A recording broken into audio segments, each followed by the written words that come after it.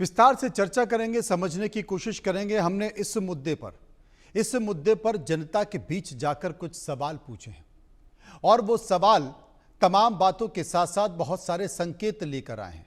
संकेत इसलिए भी लेकर आए हैं क्योंकि उन सवालों के पीछे सब कुछ छुपा हुआ है। प्रशांत यादव जयपुर से मेरे साथ लाइव जुड़ेंगे। परोमा भट्टाचार्य जो कि assistant director India for children है, वो मेरे साथ मौजूद होंगे। आरसी जैन शिक्षाविद मेरे साथ होंगे। सबसे चर्चा करेंगे, लेकिन जो सवाल है अपने सर्वे में हम जनता के बीच गए, एक बार उन पर चर्चा कर लेते हैं। सवाल हमने पहला पूछा, स्कूल की जर्जर बिल्डिंग के गिरने से हुए बच्चों की मौत का आखिर जिम्मेदार कौन है? 28% लोगों ने कहा सरकार ही जिम्मेदार है, 26% लोगों ने कहा शिक्षा विभाग जिम्मेदार है, 40% लोगों ने कहा भ्रष्टाचार जिम्मेदार है। सर्वे का एक और सवाल जो हमने लोगों से पूछा, आपके मुताबिक देश में सरकारी शिक्षा तंत्र कितना मजबूत हुआ है?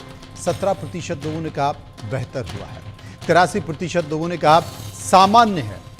एक और सवाल हमने लोगों से पूछा सर्वे का, आगामी दशकों में देश के सरकारी स्कूलों के इंफ्रास्ट्रक्चर को आप कैसे देखते हैं? 23% ने कहा बेहतर की उम्मीद है, 74% ने कहा कुछ सुधार की उम्मीद है और 3% लोग इस पर कुछ भी कहना नहीं चाहते। कुछ मेहमान मेरे साथ मौजूद हैं, चर्चा करते हैं, मंथन करते हैं। प्रशांत यादव जयपुर से मेरे साथ लाइव होंगे, उनसे हम जानने समझने की कोशिश करेंगे। परोमा भट्टाचार्य भी मेरे साथ मौजूद हैं, उनसे भी हम जानेंगे, उनकी सोसाइटी है।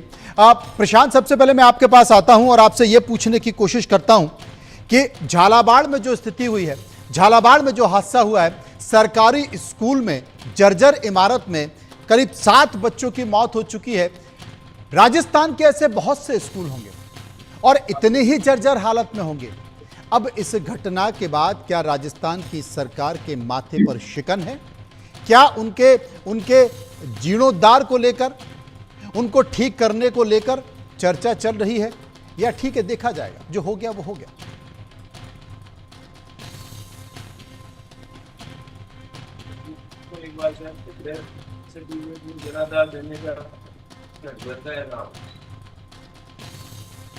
प्रशांत, मेरी आवाज आप तक पहुंच रही है?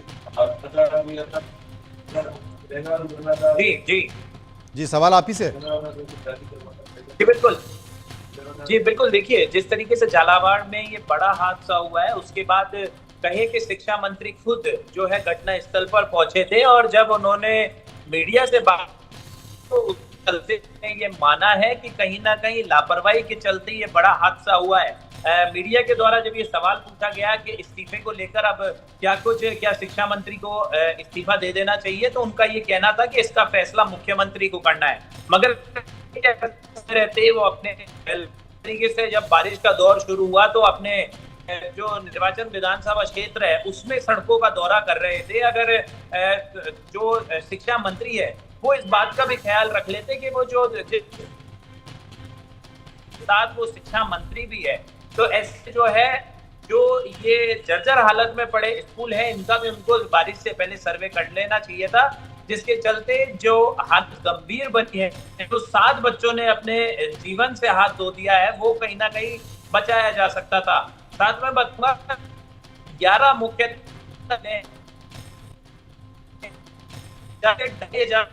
प्रशांत, शुक्रिया करेंगे आपका, क्योंकि कहीं ना कहीं आवाज़ आपकी ठीक नहीं आ रही, कुछ तकनीकी परेशानी है। परोमा भट्टाचार्य मेरे साथ मौजूद हैं। परोमा साहब, अगर ऐसी स्थिति है, हादसे हो रहे हैं, तो ये क्यों हो रहे हैं और क्या वाकई सरकारें इसे लेकर गंभीर है? पहले तो मैं ये बोलना चाहूंगी इस पूरे विषय में कि जो सबसे बड़ा फ्लॉ रहा है कि बच्चों ने खुद ये बात बताई कि बिल्डिंग गिर रही है, बिल्डिंग की अवस्था खराब की गई। जिन बच्चों के भविष्य के बारे में ही उन स्कूल में पढ़ाया जा रहा है और बताया जा रहा है, उनके ही इतने बड़े सिग्नल को इग्नोर किया गया। जो पूरा सिस्टम है या सरकार है वो बहुत लेटर स्टेज में आ रही है। मैं इस बात को सबसे पहले बच्चों के लेंस से सेफ्टी और सिक्योरिटी को नहीं देखा जा रहा है। दूसरी बात, पॉलिसी लेवल पर मैं ये कहूंगी कि मिनिस्ट्री ऑफ एजुकेशन का 2021 का एक बहुत स्ट्रॉन्ग गाइडलाइन था, guidelines of safety and security in schools, जिसपे ये निर्देश दिया गया था बचपन बचाओ आंदोलन के एक जजमेंट में 2024 में जो सितंबर में आया कि हर एक स्कूल में कुछ पैरामीटर्स हैं, चाहे उनकी सेफ्टी सिक्योरिटी हो, कोई अब्यूज हो, कोई डिजास्टर मैनेजमेंट की बात हो, इन सारे विषयों पे, इन सारे पैरामीटर्स में डायरेक्टिव दिया गया सारे स्टेट्स को कि वो इस पे जांच पड़ताल करें और अपने स्टेट्स में ये सारी चीजें लागू कराया जाए। लेकिन वो चीज भी वहां पर स्ट्रॉन्ग डायरेक्टिव्स इशू के बाद भी इस तरह का हादसा आज किया जा रहा है। 1 घंटे पहले सरकार ने कहा कि ऑडिट कराया जाए, सर्वेस कराए जाए, बिल्डिंग्स की वो की जाए। जब एक बिल्डिंग गिर जाता है, जब 7 बच्चे मर जाते हैं और उनके पेरेंट्स एकदम खाली उनके हाथ हैं, आज उसके बाद सर्वे और ऑडिट्स की बात क्यों उठाई जा रही है? जब ये पूरा डायरेक्टिव 2021 से है और एक सुप्रीम कोर्ट का एक निर्देश है बीबीए जजमेंट में, तो आज हम इस हादसे का इंतजार क्यों कर रहे थे? क्योंकि कहीं ना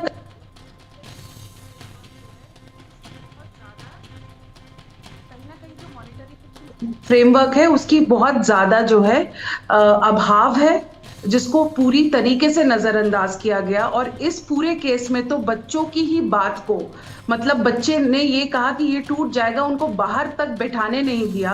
और वहीं के कलेक्टर ये कह रहे हैं कि मुझे बिल्डिंग का लिस्ट नहीं दिया, एजुकेशन डिपार्टमेंट में ये वाले चीज का लिस्ट मुझे मिली नहीं। ये कलेक्टर कह पा रहे हैं उनके वहां पर अगर एक बिल्डिंग इस तरह के इतने बुरे स्थिति में है, तो कहीं ना कहीं मॉनिटरिंग की पूरी चीज पे एक बहुत बड़ा सवाल है। डायरेक्टिव्स के बाद स्टेट्स को जो चीजें गाइडलाइंस सही कहा आपने, बिल्कुल ठीक कहा परुमा जी। इसलिए भी ठीक कहा क्योंकि बच्चे तो वोट देते नहीं है। हाँ, अगर बच्चे वोट दे रहे होते तो शायद सरकार के और सरकार में बैठे लोगों के माथे पर शिकन आती और उसके बाद फिर गंभीरता से विचार किया जाता। जैन साहब मेरे साथ मौजूद हैं, मैं उनके पास चलूंगा। जैन साहब, सवाल आपसे एक ये है, क्योंकि सरकारों के ऊपर दबाव है। सरकारों के ऊपर दबाव इसलिए भी है क्योंकि बहुत सारी ऐसी फ्रीबीज की योजनाएं हैं जो सरकारों ने सीधे आपके अकाउंट में पैसे डालने में खर्च कर दी। सरकार के पास पैसा तो है नहीं और हर महीने किसी राज्य में 1500 करोड़, किसी राज्य में 2000 करोड़, किसी राज्य में 3000 करोड़ रुपए लोगों के खाते में डाला जा रहा है। सरकार के पास पैसा नहीं है। अब सरकार क्या कर रही है? फंड डाइवर्ट कर रही है, चाहे वो सामाजिक सरोकार की योजनाओं का हो, ट्राइबल का हो, स्कूलों का हो, पीडब्ल्यूडी का हो। इसलिए पुल पुलिया की हालत खराब है, सड़कों की हालत खराब है, स्कूल की हालत खराब है और हालत यहां तक आ पहुंची कि सरकार ने ध्यान नहीं दिया और यह बड़ी घटना हो गई है। सरकार के पास तनख्वाह देने के लिए, सैलरी देने के लिए पैसे नहीं है। हर राज्य सरकार को कर्जा लेना पड़ रहा है। तो ये तो सरकार के लिए बहुत छोटी सी चीज़ है और बच्चे चूंकि वोट देते नहीं हैं तो सरकार चिंता क्यों करे? आप क्या मानते हैं? ठीक है मनोज जी, मेरा कहना यह है कि जब तक जिम्मेदारी फिक्स नहीं की जाएगी, जब तक आप जिम्मेदार लोगों को इसके लिए सजा नहीं देंगे, जब तक इस प्रकार की घटनाएं घटती रहेंगी।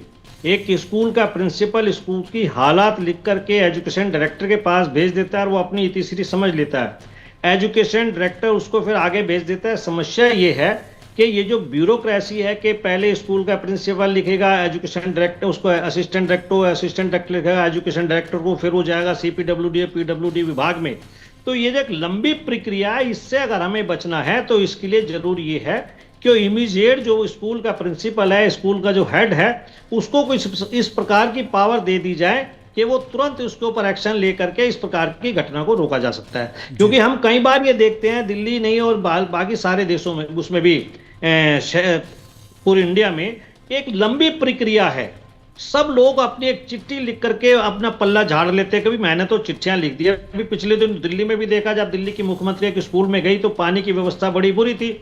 प्रिंसिपल से पूछा गया, कहते जी मैंने तो चिट्ठी लिख दी थी, अब उस चिट्ठी को फॉलो अप करना वो भूल जाते हैं। उसके बाद आगे जिनके पास चिट्ठी जाती है वो भूल जाते हैं। तो फ्री बीज को हम यहाँ इससे न जोड़े, हम ये जोड़ेंगे सरकार शिक्षा के प्रति कितनी जागरूक है, सरकार शिक्षा को कितने सीरियसली ले रही है, जो शिक्षा में बैठे हुए लोग हैं वो अपनी जिम्मेदारी को कितने बेहतर तरीके से निभाते हैं। और यहाँ एक बात मैं आपके माध्यम से और कहना चाहूंगा सरकारों को भी, कि जब भी इस प्रकार का कोई, जैसी भी मैडम बोल रही थी, जब भी इस प्रकार का कोई आदेश आता है तो उसमें खाली पब्लिक स्कूलों के कान खींच दिए जाते हैं, पब्लिक स्कूलों को टाइट कर दिया जाता है, सरकारी स्कूलों के ऊपर उतना अंकुश नहीं लगाया जाता, उतनी उसके ऊपर कंट्रोल नहीं किया जाता जितना पब्लिक स्कूलों का है। और आप देखना ये झालावाड़ में जो घटना घटी है, अभी आप देखना बहुत जल्दी पूरे देश में इस प्रकार का मूवमेंट चलेगा कि जितने भी पब्लिक स्कूल हैं उनके कान खींच दिए जाएंगे और सरकारी स्कूलों की स्थिति में कोई सुधार होगा नहीं। तो सिर्फ ये है कि आप इसको अधिकारियों की जिम्मेदारी फिक्स करें। अब इसमें कलेक्टर कहता है जी मेरे पास सूचना नहीं आई, उसके नीचे के अधिकारी को जिम्मेदार ठहराया जाए कि उनको सूचना क्यों नहीं दी गई। तो मेरा आज मानना है कि अगर हमें इस प्रकार के सुधार को लाना है तो रिस्पॉन्सिबिलिटी फिक्स करके उनको सजा देनी चाहिए इस प्रकार की घटनाएं जब घटती हैं। नहीं तो इसी प्रकार से घटना घटती रहेंगी, हम और आप टीवी पे बैठ करके अपनी बात कह देंगे, कुछ दिन ये चर्चा में बना रहेगा। वो 5-7 परिवार जिनके बच्चों का नुकसान हुआ है वो भी कुछ दिन जो है ना उनको भी कुछ मुआवजा दे करके टाल दिया जाएगा, फिर एक नई घटना का हम लोग इंतजार करेंगे। तो इसके लिए जरूरी है कि हम सिस्टम को इतना मजबूत बनाएं, और वो तभी बनेगा कि जब तक हम जिम्मेदार लोगों को इसके लिए हम सजा नहीं देते हैं।